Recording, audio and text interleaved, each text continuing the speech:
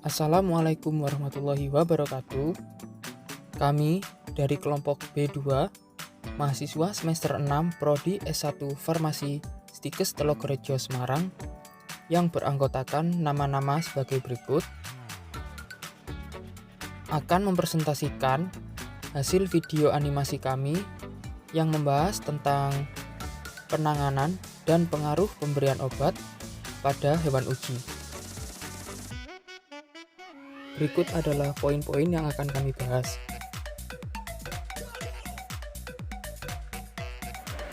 Praktikum farmakokinetika, penanganan dan pengaruh pemberian obat pada hewan uji memiliki tujuan. Sesudah melakukan praktikum ini, diharapkan mahasiswa dapat melakukan pemberian obat pada hewan uji.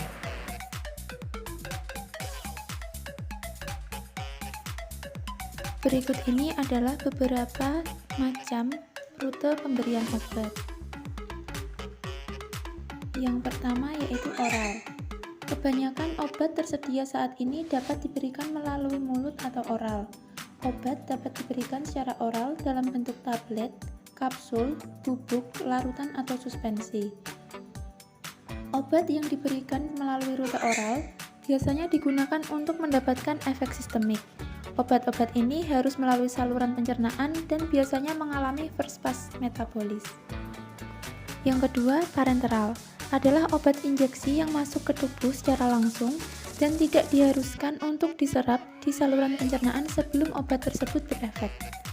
Pemberian rute parenteral biasanya memiliki onset of action yang lebih cepat dibandingkan rute lain dari pemberiannya. Produk parenteral harus steril atau bebas dari mikroba hidup. Rute parenteral memiliki kelemahan yaitu sakit, tidak nyaman, dan obat yang sudah disuntikan tidak dapat diambil kembali.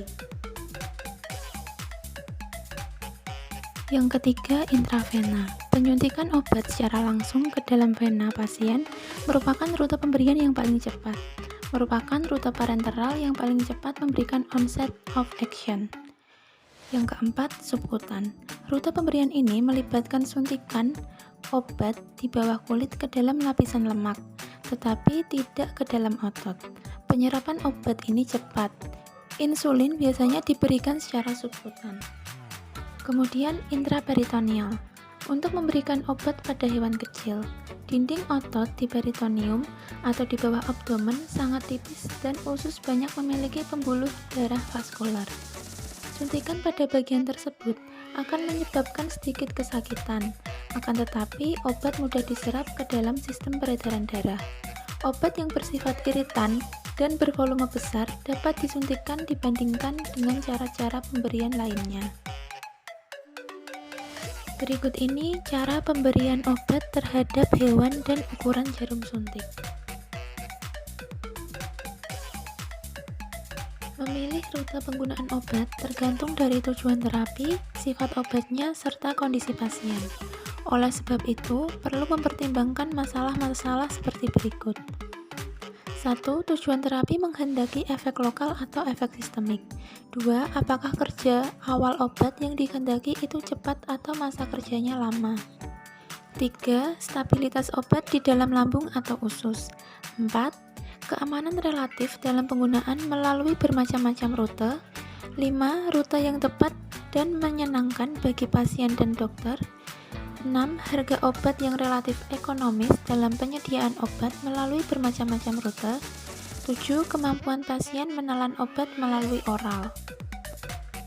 Hewan mencit atau mus musculus adalah tikus rumah biasa termasuk ke dalam ordo Rodentia dan famili Muridae.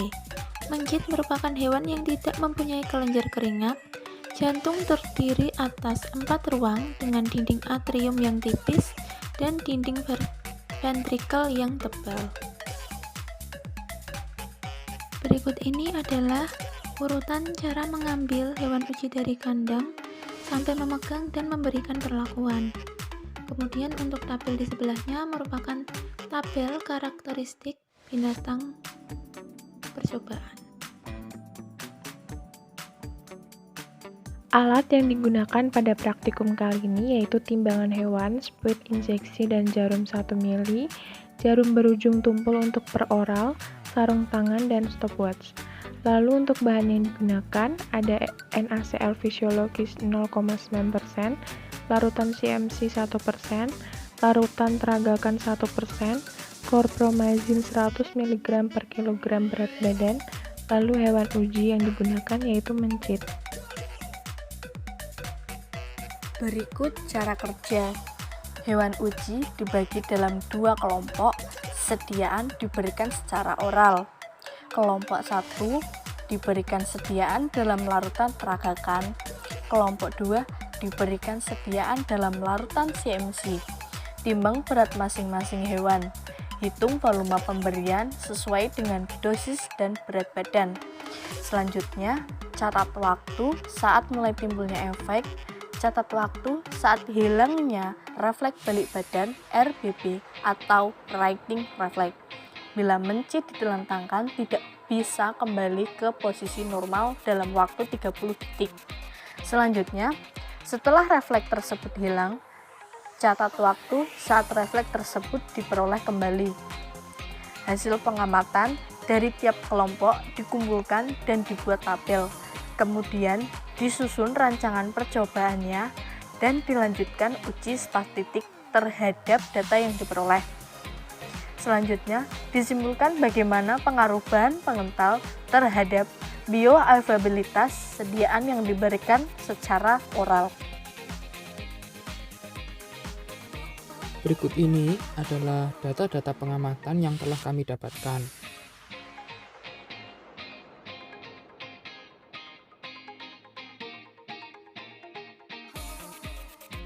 Pembahasan praktikum kali ini mempelajari tentang pengaruh cara pemberian obat terhadap absorpsi obat dalam tubuh. Pada dasarnya, rute pemberian obat menentukan jumlah dan kecepatan obat yang masuk ke dalam tubuh, sehingga merupakan penentu keberhasilan terapi atau kemungkinan timbulnya efek. Pada percobaan kali ini dilakukan perlakuan pada hewan coba berupa mencit. Hewan uji dibagi dalam 2 kelompok, yaitu sediaan diberi secara oral dan intraperitorial. Kelompok 1 diberi sediaan dalam larutan teragakan 1%, sedangkan kelompok 2 diberikan sediaan dalam larutan CMC 1%. Sebelum mencit diberikan perlakuan, praktikan menimbang berat masing-masing hewan uji. Berdasarkan percobaan didapatkan berat kelima mencit berturut-turut sebesar 28 gram secara intraperitorial 40 mg, 27 gram secara peroral 40 mg, 25 gram secara intraperitorial 100 mg, 31 gram kelompok kontrol, dan 25 gram secara peroral 40 mg. Volume pemberian dihitung dengan cara membuat dosis konversi dengan mengalihkan dosis obat dengan 0,0026. Kemudian hasil tersebut dikalikan berat mencit yang sudah dibagi 20 gram berat rata-rata mencit. Sediaan larutan stok yang diberikan adalah 1%, maka 100 mg dibagi 1000 ml dikali hasil konversikan. Mencit 1 sebesar 0,01 ml, mencit 2 sebesar 0,01 ml, mencit 3 sebesar 0,03 ml, mencit 5 sebesar 0,03 ml. Hitung volume pemberian sesuai dengan dosis dan berat badan. Kemudian catat waktu saat mulai timbulnya efek dan catat waktu saat hilangnya refleks balik badan atau RBB atau righting reflex, atau bila mencit ditelentangkan tidak bisa kembali ke posisi normal dalam waktu 30 detik. Setelah refleks tersebut hilang, catat waktu saat refleks tersebut diperoleh kembali atau durasi. Kemudian hasil pengamatan dari tiap kelompok itu dikumpulkan dan dibuatkan tabel. CMC 1% diberikan secara oral pada mencit kedua dan kelima pada jam 10.20 dan menimbulkan efek ataksia 10.38, maka onset ataksia 18 menit. Dan mencit 5 menimbulkan efek ataksia 10.35, maka onset ataksia 15 menit, sehingga di rata-rata 16,5 menit. CMC 1% diberikan secara intraperitorial pada mencit ke-1 dan ke-3 pada jam 10.15 dan menimbulkan efek ataksia 10.35, maka onset ataksia 20 menit. Dan mencit 5 menimbulkan efek ataksia 10.37, maka onset ataksia 22 menit, sehingga di rata-rata 21 menit. Kelompok teragakan 1% diberikan secara oral pada mencit kedua dan kelima pada jam 10.20 dan menimbulkan efek ataksia 10.37, maka onset ataksia 17 menit. Dan mencit 5 menimbulkan efek ataksia 10.34, maka onset ataksia 14 menit, sehingga di rata-rata 15,5 menit. mencit ke-1 dan ke-3 pada jam 10.15 dan menimbulkan efek ataksia 10.34, maka onset ataksia 19 menit dan mencit 5 menimbulkan efek ataksia 10.36, maka onset ataksia 21 menit sehingga di rata-rata 20 menit. Faktor-faktor yang mempengaruhi kondisi mencit diantaranya adalah kebisingan suara di dalam laboratorium dan frekuensi perlakuan terhadap mencit tersebut. Dalam menangani mencit, semua kondisi yang menjadi faktor internal dan eksternal dalam penanganan hewan percobaan harus optimal untuk menjaga kondisi mencit tersebut tetap dalam keadaan normal. Apabila kondisinya terganggu, maka mencit tersebut akan mengalami stres. Kondisi stres yang terjadi pada mencit akan mempengaruhi hasil percobaan yang dilakukan. Ditarik kesimpulan bahwa kelompok CMC 1% secara oral pada mencit kedua dan kelima menimbulkan efek ataksia di rata-rata 15,5 menit. CMC 1% diberikan secara intraperitoneal dengan menimbulkan efek ataksia di rata-rata 21 menit. Kemudian pada kelompok peragakan 1% secara oral pada mencit kedua dan kelima menimbulkan efek ataksia di rata-rata 15,5 menit. Peragakan 1% diberikan secara intraperitoneal dengan menimbulkan efek ataksia di rata-rata 20 menit.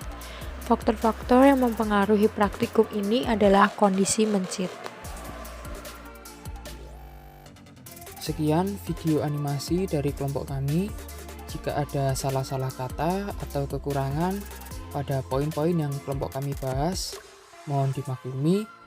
Atas perhatiannya, saya ucapkan terima kasih. Wassalamualaikum warahmatullahi wabarakatuh.